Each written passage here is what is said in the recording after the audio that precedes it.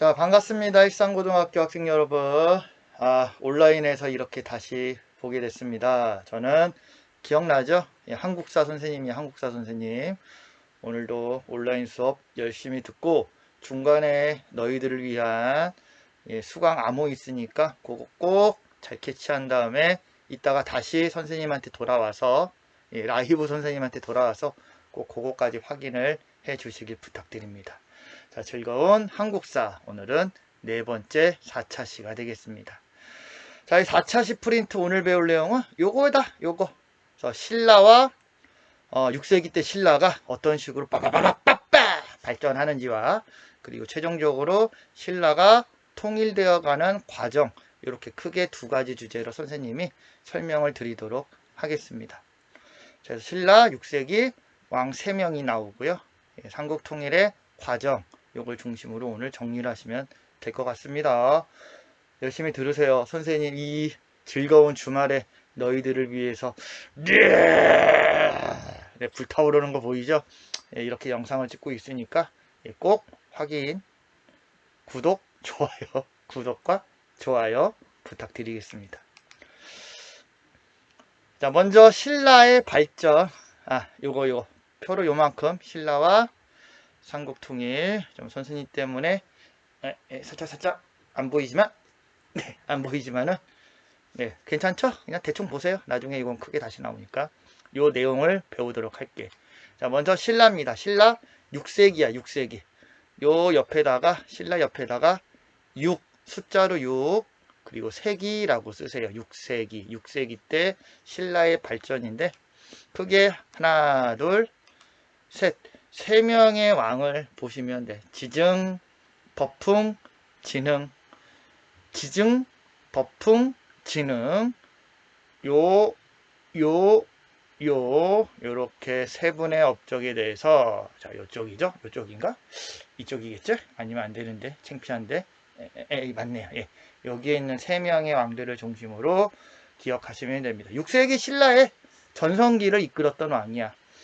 선생님 발음이 지금 아직 마이크가 없어갖고 조금 명확하게 안 들릴 수도 있는데 조만간 선생님이 마이크를 살 거예요. 마이크를 사게 되면은 조금 더 명확하게 들릴 수가 있을 겁니다. 그때까지는 대충 그냥 눈치로 때려잡을 수 있도록 하세요.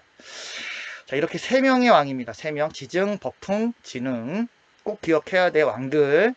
자, 먼저 지증왕 우경이라는 거를 전국적으로 시행했고, 우경이라는 거는 소로 농사 짓는 거. 소를 이용해서 농사 짓기 때문에 생산력이 훨씬 더 많이 늘어나게 되거든. 소를 이용해서 농사 짓는 거. 그리고 이거. 나라 이름이 신라. 그리고 왕의 명칭을 왕으로 정했던 게 지증왕이야. 그러니까 이전에는 우리가 신라 했지만은 지증왕 전에는 나라 이름이 신라가 아니었습니다. 바로 서라벌, 사라국, 뭐 이상한 하여간 그런 식으로 정확하게 애매했었어. 근데 지증왕이 어느 정도 신라의 체제가 정비가 되니까 이거 다른 나라들한테 쪽팔리잖아. 그래서 신라라는 나라 이름을 딱 새로 정하게 되는 거고, 왕의 칭호도 지증왕 전에는 왕이 아니라 마립간, 마립간이라고 따로 불렀는데 그것도 약간 좀 촌티가 난다고 생각을 했는지 이렇게 왕이라는 칭호를 가장 처음 사용했던 신라의 왕이 지증왕이야. 그래서 국호를 신라, 왕의 칭호를 왕으로 딱 고정시켰던 지증왕. 근데 지증왕은 이거보다도 더 중요한 게 있습니다. 바로 빠바밤 뭔가 이겁니다. 빠밤. 네. 미안.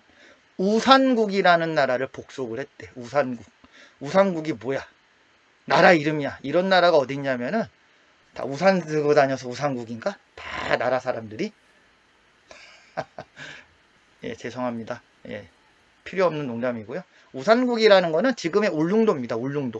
울릉도가 예전에는 우산국이라는 나라로 따로 독립해 있었는데 이 우산국을 지증왕이 신라의 영토로 끌어들여. 이게 왜 중요하겠니? 울릉도에 플러스 옵션으로 달려있는 섬이 바로 독도잖아, 독도. 즉 울릉도를 우리의 영토로 복속했다라는 거는 아하 독도도 우리의 역사 영토로 들어왔다라는 중요한 증거야. 지금 일본하고 우리나라하고 독도 문제로 빡빡빡 부딪히고 있는 거 아시잖아요. 일본 애들 같은 경우는 역사적으로 자기네 거라고 주장을 하지만은 아니야. 이미 신라 때 지중왕 때 우상국을 복속을 하면서 독도도 우리의 영토로 들어왔다라는 역사적인 근거가 되는 사실이 되겠죠. 지중왕 기억하시고. 다음 버풍왕, 지중왕 다음에 버풍왕. 버풍왕은 우리 저번에 배웠던 소수림왕하고 비슷해. 소수림왕, 고구려 기억나시죠? 세 가지 있었잖아. 불, 태, 율. 불교, 태학, 율령. 그게 고구려 소수림 왕이었는데 버풍왕도 비슷한 업적을 합니다. 뭘까요? 맞습니다. 다 머릿속에 떠올랐겠지. 비슷한 거. 바로 이렇게 크게 두 가지. 불교를 공인하고 율령을 반포했던 왕이 바로 버풍왕이 되겠습니다. 불교 공인, 율령 반포, 왕권이 6세기 지중왕 버풍왕을 거치면서 신라에서도 거의 자리를 잡게 되었다. 고대 국가가 완벽하게 완성 단계로 갔던 시기가 바로 이 버풍왕이 되겠습니다. 불교 공인, 율령 반포 두 가지 버풍왕과 연결해서 기억할 수 있도록 하시고, 다음에 금강가야라는 나라를 신라 영토로 흡수하기도 합니다. 가야라는 나라는 자 지도 떠올라. 네, 떠올랐죠.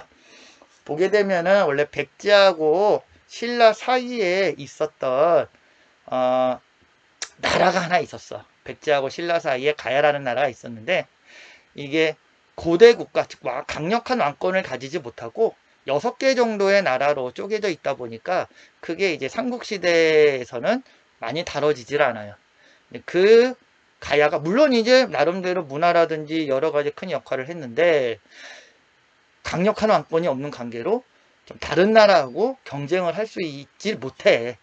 결국 이 가야가 버풍왕 때 바로 요 밑에 있는 금강가야 지역, 금강가야 지역 같은 경우가 일단 신라한테 흡수가 되면서 서서히 몰락의 길을 걸어가게 되는 겁니다. 자세한 가야의 역사는 일단은 다 생략을 했으니까 모르셔도 되고, 버풍왕 때 금강가야, 그 가야가 이제 금강가야가 흡수되었다 정도만 알고 계시면 될 것 같습니다. 버풍왕 불, 율, 금이야. 불금, 율. 불금, 율. 이렇게 공부하면 되겠다. 불금, 율. 소수림왕은 불태학. 버풍왕은 불금, 율. 불교, 율령, 금강가야. 자, 이렇게 지증왕과 버풍왕 때 강력한 신라의 체제 정비를 바탕으로 본격적으로 영토 확장에 나서는 왕이 바로 진흥왕이 되겠습니다. 진흥왕. 자, 일단 화랑도가 공인이 되고요. 화랑도 국가 인재를 양성하기 위한 일종의 교육기관. 이 화랑도에서 대규모의 신라의 통일에 앞장선 전사들이 많이 나오지 않습니까? 자, 그리고 본격적인 영토 확장이 나오게 되는데 이렇게입니다. 한강을 차지합니다. 한강 차지. 이거 꼭 기억해야 돼. 진흥왕. 원래 한강은 백제 거였지. 그걸 고구려가 뺏었어. 근데 다시 이거를 백제와 신라가 손을 잡고 뺏었잖아. 저번 시간에 배웠던 백제, 성왕 둘이서 한강을 나눠 갖기로 했는데 이 진흥왕이 바로 성왕의 뒤통수를 쳐버리고 배신을 하고 바로 한강을 독점하게 되는 거야. 그러니까 백제의 성왕, 신라의 진흥왕, 이렇게 둘이 같은 시대였다라는 거 염두에 두고 보시면 되겠죠. 이제는 한강이 신라 거, 그리고 대가야가 진흥왕 때 정복이 됩니다. 아까 가야라는 나라 가운데 금강가야는 버풍왕 때 정복이 됐잖아. 대가야는 진흥왕 때 복속이 되면서 가야라는 나라는 역사에서 완전히 사라지게 돼요. 가야라는 나라는. 자, 그리고 함경도까지 진출하고 있습니다. 그래서 신라의 영토가 어마무시하게 커집니다. 요거야, 요거. 이게 다 신라 땅이야. 신라 땅. 더럽게 크죠? 되게 크죠? 오, 신라 땅. 어느 정도 진흥왕 때 신라가 비약적인 발전을 했는지 알 수 있는 게, 이 5세기 때 지도랑 비교를 해보면은 끝장이잖아. 이거 5세기 때 지도 봐봐. 이거 신라 보여? 신라? 이 신라가 이렇게 된 거야. 이 신라가. 여기 가야 다 신라가 장악을 했지. 한강? 신라가 차지를 했지. 저기 한경도 지역 신라가 진출했지. 이러한 비약적인 영토를 만들었던 왕이 바로 진흥왕이 되겠습니다. 누구라고? 누구? 그렇죠. 진흥왕이 되겠습니다. 진흥왕. 비석도 많이 세웠어. 영토를 확장할 때마다 이렇게 비석들을 많이 세우게 되는데, 특히 북한산비라든지 여기 단양적성리 같은 경우는 나중에 너희들이 혹시 수능 공부를 하게 되면은 꽤 종종 등장하는, 한강을 따라 진출하면서 신라가 한강을 장악하면서 세웠던 비석과 연결해서 나오는 경우도 있습니다. 어쨌건 이 지도는 신라 진흥왕이 되겠습니다. 나온 김에 요거 지도는 누가 될까? 이 지도는 고구려? 누구라고요? 그렇지, 쪼다 아버지. 쪼다 아버님께서 이렇게 넓은 영토를 만들어 놓으셨죠. 장수왕입니다. 장수왕. 자, 이렇게 신라가 6세기 때 비약적으로 발전을 하면서 본격적인 삼국의 경쟁에 주도권이 신라로 넘어가게 되고요. 그 신라가 바로 7세기 삼국 통일을 완성하게 됩니다. 삼국 통일, 자, 신라의 통일 과정. 오늘의 수업 암호 나왔습니다. 고마워입니다. 돌아오시면은 종이에 써서 보이면 됩니다. 네, 신라의 통일 과정. 제일 먼저 우리는 나당동맹이라는 걸 봐야 돼. 나당동맹. 나당동맹이라는 거는, 요 나는 신라가 되겠고, 당은 당나라야. 신라와 당나라의 동맹. 이 두 나라가 갑자기 손을 잡은 배경에 대해서 간략하게 선생님이 말씀을 드리게 되면요. 여수여당전쟁이라는 것으로 시작이 돼야 돼. 여수여당전쟁. 여수여당전쟁은 고구려와 수나라, 고구려와 당나라의 전쟁이 되겠습니다. 자, 7세기 초엽에 고구려가 있고 중국은 수라는 나라가 등장을 해. 수라는 통일국가가 등장을 했는데 둘이 사이가 별로 안 좋아. 둘이 사이가 별로 안 좋아서, 원래 수나라는 고구려를 자기 동생처럼, 자기 저기 밑에 있는 놈처럼 다루려고 했던 거고, 반대로 고구려 같은 경우는 장난해? 우리가 왜 네 동생이야? 왜 우리가 그거야? 라는 식으로 맞대거리 하고 있는 상황이었고, 그러니까 두 나라 사이의 자존심 대결이 결국은 전쟁으로까지 벌어지게 되는데요. 이때 수나라가 고구려에 무려 100만, 군사가 100만이나 되는 군대를 동원해서 고구려를 공격을 했었어.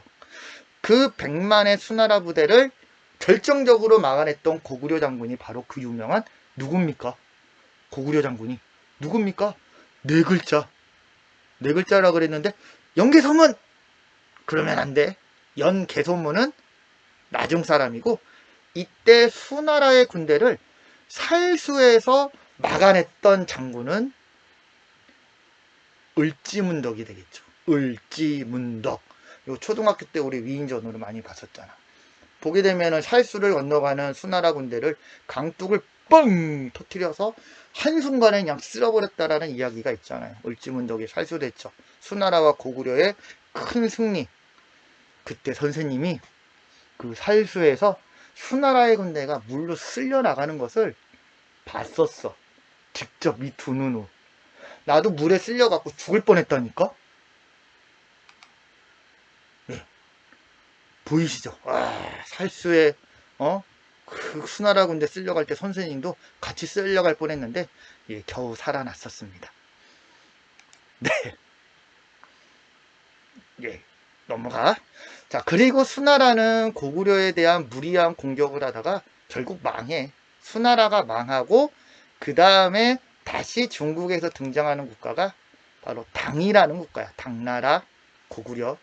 마찬가지로 둘이 좀 친하게 지내면 좋을 텐데 사이가 안 좋아. 이 중국 친구들 같은 경우가 좀 주변에 있는 나라들을 자기 밑으로 두려고 하잖아.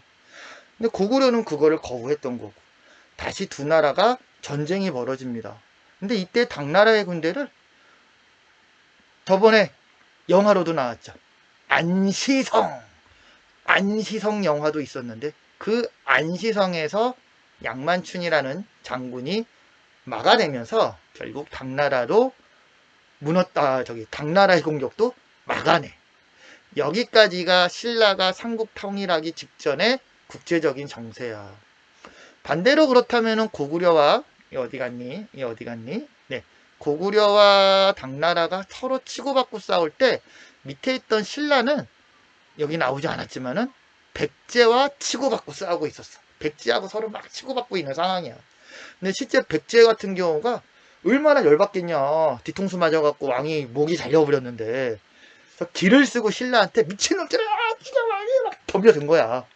이때 백제 왕이 아시죠?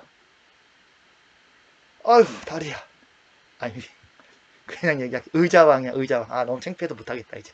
자, 의자왕이 바로 신라하고 굉장히 치열하게 접전을 벌이고 있었고 그때 신라가 백제를 막아내기가 좀 버거웠던 거야. 그래서 백제와 고구려에 대한 견제를 위해서 바로 누구랑 손을 잡게 되냐면은 당나라와 손을 잡게 되는 거예요. 당나라가. 그러니까 외교적인 거래를 맺은 거지. 당나라가 고구려 치는 게 힘드니까 차라리 먼저 손을 잡고 당나라 신라가 손을 잡고 일단은 누구를 쳐버리고 백제를 공격하자라는 거야. 백제를 멸망시켜서 백제 땅을 통해서 고구려를 치게 되면은 훨씬 더 유리하지 않을까라는 신라의 조건을 당나라에 제시하게 되고 당나라가 그 조건을 받아들이면서 바로 나당 동맹이 체결이 되는 거죠. 그러니까 두 나라가 백제, 고구려를 무너뜨리고 백제 땅은 신라가 그리고 고구려 땅은 당나라가 챙기기로 약속을 했던 거야. 그게 바로 나당 동맹입니다. 나당 동맹. 자, 나당 동맹이 체결이 됐습니다. 그러면은 제일 먼저 이제 치고 들어가서 공격하는 국가는 어디가 되겠어? 그렇지. 백제 공격이 되겠죠. 자, 660년에 나당연합군이 백제를 물밀듯이 들어가서 근데 이때는 의자왕이 약간 좀 이제 정신이 나가버려. 처음에는 굉장히 좀 유능한 왕으로 칭송을 받았는데 무슨 일인지 모르지만은 이때는 조금 이제 놀이문화에 빠졌다라고 하는 얘기가 있죠.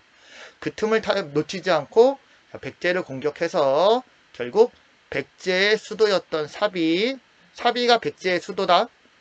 언제 수도를 사비로 옮겼니? 누구? 그렇지, 성왕. 성왕 때 사비를 함락시키고 결국 백제는 멸망하게 됩니다. 660년에. 이때 백제가 멸망되면서 여러 가지 슬픈 전설이 있죠. 그 황산벌의 오천의 계백과 결사대의 이야기도 있고 또 나당연합군이 수도로 물밀듯이 밀고 들어가니까 궁궐에 남아있던 수많은 궁녀들, 여성들 같은 경우가 결국 절벽으로 몰려 들어가서 뛰어내렸던 낙하암의 전설도 있고요. 그 낙하암의 전설 궁녀들이 꽃처럼 떨어지는 그 장면이 예전에 SBS 드라마에서 한번 나온 적이 있습니다. 어떻게 나왔냐면은 네 이렇게 나왔습니다. 낙하암에서 떨어지는 궁녀들 이게 실제 드라마에 나왔던 CG야 CG. 어떻게 이렇게 엉망으로 CG를 만들어서 찍었는지 모르지만은 여기 신라 삼천궁녀의 모습이라고 드라마를 만들었던 적도 있네요. 네, 어쨌거나 백제는 망했어. 백제가 망했으니까 이제 그 다음 타겟은 누가 되겠어? 그렇죠? 고구려가 됩니다. 고구려 공격, 결국 고구려도 멸망. 이때는 668년. 백제가 660년에 망하고 고구려가 668년. 한 8년 동안 차이가 나는데 그 8년이나 걸렸던 이유는 이 백제가 처음 망했을 때 고구려에는 연개소문이라는 강력한 지도자가 있었거든. 그 연개소문이가 버티고 있었다 보니까 나당연합군도 쉽게 고구려를 무너뜨리지 못해. 근데 안타깝게도 연개소문이 결국은 죽어. 병으로 죽은 다음에 그 자식들이 있었는데 그 자식이 세 자식이야. 이 세 자식이 서로 싸워. 첫째하고 둘째하고 셋째가 막 치고받고 싸우다가 결국 한 놈이 당나라로 튀고 얘네 삼촌은 신라로 튀고 아주 집안이 개판 거덜이 나요. 그래서 그 틈을 놓치지 않고 나당연합군이 마찬가지로 고구려를 공격을 해서 고구려도 668년에 멸망, 평양성이 함락된과 동시에 고구려도 끝장이 납니다. 자, 이렇게 700년, 800년 동안 고구려, 백제, 신라 세 나라의 치열한 경쟁은 아이러니하게도 가장 늦게 발전하였던 신라의 승리로 마무리가 되는 거고요. 자, 그럼 여기서 끝났을까? 아닙니다. 끝판왕이 있었죠. 바로 당나라. 당이라는 끝판왕이 있었어. 원래는 나당 동맹이 백제하고 고구려 땅을 서로 나눠 갖기로 하였으나 당나라는 그럴 생각 없었어. 약속은 그렇게 했지만은 실제 고구려 백제 신라까지도 자기네들이 장악을 하려고 했던 거야. 그래서 약속을 어기고 백제 땅에는 온징도독부라는 자신들의 지배기구를, 신라 땅에는 계림도독부라는 자신들의 지배기구를, 그리고 고구려에는 안동도호부라는 자신들의 지배기구를 설치를 하고 마치 한반도를 자기들 땅처럼 만들어버린 거야. 이거 신라 가만히 있으면 안 되지. 그러면 우리가 네, 신라 가만히 있지 않습니다. 최후의 당나라와의 전쟁을 시작하게 됩니다. 그게 나당전쟁이야. 나당전쟁. 그러니까 신라의 삼국통일 과정, 아이러니하게도 나당동맹이 나당전쟁으로 마무리가 되고 있어. 매소성, 다음 기볼포전투에서 무려 10만 명의 당나라 부대를 격파하면서 최종적으로 신라가 삼국을 통일하게 됩니다. 삼국통일이 완수되었습니다. 이때 왕이 미미이야. 미미이. 이 왕은 문무왕이죠. 문무왕. 자, 이게 바로 신라의 삼국통일 과정이고요.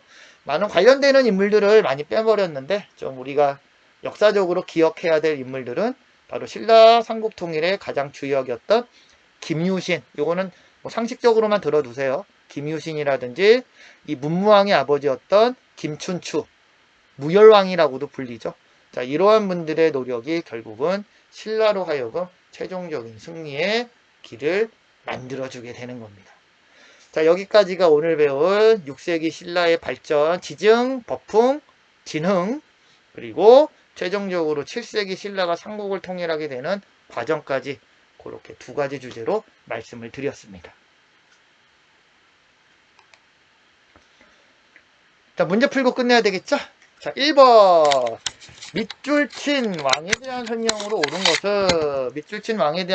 옳은 것은, 자, 우경을 양려했고, 신라, 그리고 국호를 왕으로 정했대. 무신왕, 지증왕이 되겠죠. 지증왕, 중요한 거. 여기 있네. 우상국에 대한 복석. 우상국. 요게 울릉도지만은 관련되는 게 바로 독도하고도 관련되기 때문에 꼭 기억할 수 있도록 하세요. 독도. 자, 다음 두 번째. 가에 들어갈 내용으로 옳은 것은 삼국사기에 기록된 땡땡왕이 없죠. 율령을 반포하고 공복을 제정했으며 불교를 공인했대. 이 두 개만 보게 되면은 야, 이거 소수림왕이야 아니면은 법흥왕이야 라고 고민할 수가 있는데, 요거는 건원이라는 연호, 요거는 우리가 안 배웠었어. 선생님이 빼버렸거든. 이 건원이라는 연호, 요게 법흥왕 때 만들어진 연호야. 법흥왕 때. 아니, 건원은 그렇다고 외울 필요는 없습니다. 실제적으로 나중에 내신할 때는 뭐 신라왕 요런 식으로 조금 더 너희들이 풀기 편하도록 나오겠죠. 자, 율령반포 불교공인 누구라고? 법흥왕. 그렇지. 불금율. 불교 율령 금관가야. 정답은 5번이 되겠습니다. 가왕의 업종으로 옳은 것은 비석을 세웠는데 고구려 영토였던 지역을 차지했어. 신라가 한강으로 진출했다라는 걸 알 수 있대. 신라가 신라가 한강 유역으로 진출했던 시기의 왕은 바로 진흥왕이 되겠죠. 진흥왕. 자, 진흥왕의 업적 정답은 5번. 화랑도를 국가적 조직으로 개편하였다. 뭐 여기에다가 대가야를 정복하였다. 또는 함경도로 진출하였다. 등등이 들어갈 수도 있겠죠. 자, 마지막 4번이 되겠습니다. 가에 들어갈 내용으로 적절한 것. 한강 유역 점령, 나당 동맹, 그리고 나당 전쟁. 사이에 들어갈 것은 백제와 고구려의 멸망 내용이 들어가면 되겠네요. 정답은 1번이 되겠습니다.